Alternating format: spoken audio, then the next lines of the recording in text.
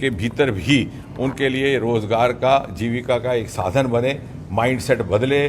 सरकारी नौकरी का अर्थ रोज़गार तक सीमित नहीं और रोज़गार केवल सरकारी नौकरी नहीं, ये हमारी मानसिकता में बात समझ में आए तो इतने सारे आयाम अब खुल चुके हैं। उसका उपयोग करना किस प्रकार से किया जाए, किस हद तक किया जाए, ये हम पर सबसे पुराने वैज्ञानिक संस्थानों में से एक है। आज़ादी से भी 5-6 बरस पहले इसका स्थापना हुई थी सन 1942 में, जबकि कर्नल रामनाथ चोपड़ा जो कलकत्ता से सेवानिवृत्त होकर के आए थे, उनको महाराजा हरि सिंह यहाँ लाए और रिसर्च लेबोरेटरी की स्थापना हुई। उसके बाद ये IIIM बना। बाद में सन 47 में इसको CSIR का हिस्सा बना दिया गया। CSIR के पहले vice president doctor Shyama Prasad Mukherjee थे। तो इसका एक इतिहास है इस संस्थान का। मिंट का इजाद यहाँ पर हुआ। अरोमा मिशन और पर्पल रेवोल्यूशन दुनिया में हाल ही में इसी संस्थान के सौजन्य से दुनिया को तोहफे के तौर पर दी गई और इसलिए हमें ये एहसास हुआ कि शायद इसकी जानकारी और इसका महत्व और इसका पूरा उपयोग इस क्षेत्र में नहीं हो रहा। उसी को लेकर के ये जिज्ञासा कार्यक्रम एक देशव्यापी प्रारंभ किया गया बच्चों को लेकर के। हमारा मानना है कि कैच देम यंग।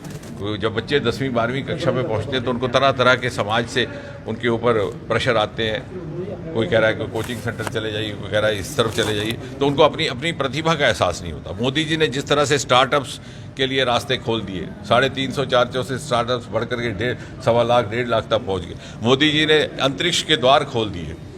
हमारी अंतरिक्ष की यात्रा तब शुरू हुई थी जब रूस और अमेरिका मानव उतारने की तैयारी में थे और 1969 में अमेरिका ने एक मानव उतार भी दिया। लेकिन ये हमारा चंद्रयान था जो चांद पर पानी के अस्तित्व का प्रमाण लेकर आया, H2O मॉलिक्यूल्स का। इसका अर्थ ये हुआ कि हमारे यहाँ प्रतिभा भी थी, योग्यता भी थी, काबिलियत भी थी, मेहनत करने का मादा भी था। सारा भाई के समय अभाव इतना था साधनों का कि अपने बाईसाइकिल के कैरेज पर सामान लेकर के जाते। मोदी जी ने वो अनुकूलता हमें दी है।